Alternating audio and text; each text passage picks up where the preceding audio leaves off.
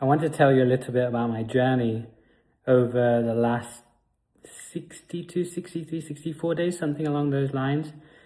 And I'm sure it will fascinate and interest you. Hello from Cape Town. I'm so glad to share this with you. You may or may not know, one of the major challenges I've had this lifetime for over 25 years, since the age of 13, is that I've struggled and suffered with severe mental health issues on 6 occasions. I've been in and out of mental health hospitals in Canada and in England, and I can describe it as going through hell and back 6 times. And it's been brutal. Words cannot express how difficult it's been.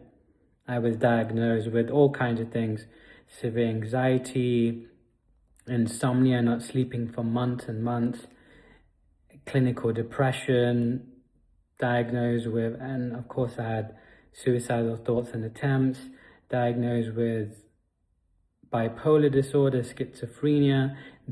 I even had psychosis. If you don't know what psychosis is, you can look it up. It's basically where you have an altered perception of reality and you feel like you're not in reality. You see things, you hear things, all kinds of things. And it was just horrible. Anyway, I tried so many things. Nothing really helped. There was things that tiny help and a little bit of benefit, but nothing helped. And of course, as each episode went on, each episode was anywhere from 6 to 24 months, I realized that the only thing that was giving me a little bit of help to get to a point where the symptoms would calm down is medication. So in the earlier episodes, I would let myself suffer for a long time.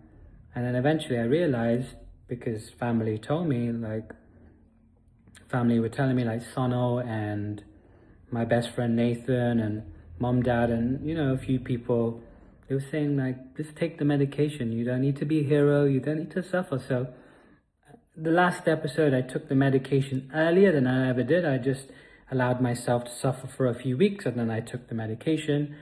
And for some reason, it wasn't working the way it used to work. It took a long time. I ended up in mental health hospitals again in England twice. I was in there for 2.5 months, I think it was, more than 10 weeks. And it was just horrible. It was so, so horrible. And then eventually it took a long time. It took a very long time this time. And slowly the medications were slowing down the symptoms, but I was getting dimmer. I was feeling less and less alive. And I felt really numb. So on one hand, the medication was kind of keeping me from being in crisis, but I wasn't living. And I knew something wasn't right. So I reached out to someone who I've known for more than 10 years, and it's been a roller coaster with them, but I realized they actually knew what was going on, and they were the only person at one point where they did something where they didn't even charge me for that thing, and it helped me so much, and I never forgot that. It was the first time where I was like, wow, I came back to life. And my best friend Nathan and Andrea, they saw that for a few days because I went to visit them. And it was like there was nothing wrong, and it was incredible. But of course I didn't continue. So to cut a long story short, I decided that it was time to deal with it. And so I came to South Africa with the mindset that I'm going to do whatever it takes to beat this thing, because I know there's so much potential, so many people to help, and wow. I'd say in 6 weeks, yes, in 6 weeks, I dealt with a problem that was plaguing me, that was putting me through hell and back for 25 plus years. In 6 weeks, I more or less cleared the problem, and I know I'll never need medication again in my life, ever. And even if I do need a medication, I'll take it. But I know that medication, and I think medication doesn't actually fix the root of the problem. It helps with the symptoms, but there's side effects. So I did a process where it was purely natural, no medication, no plant medicine, none of that nonsense, just purely natural and no side effects. Actually, the only side effect was I got my life back. I actually got my life back. I feel more alive in this lifetime now than I ever have, I can recall in this lifetime. It's unbelievable.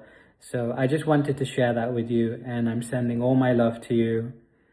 And I will be back in England in June or July. And I have this idea to create a celebration event, a celebration of life event. And I will tell you, I will share more about it. And of course, if you're willing and you want to come, I would love for you to come, and it will just be so fun. It will be so fun.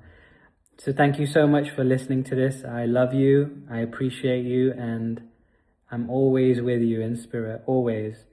I look forward to seeing you very soon.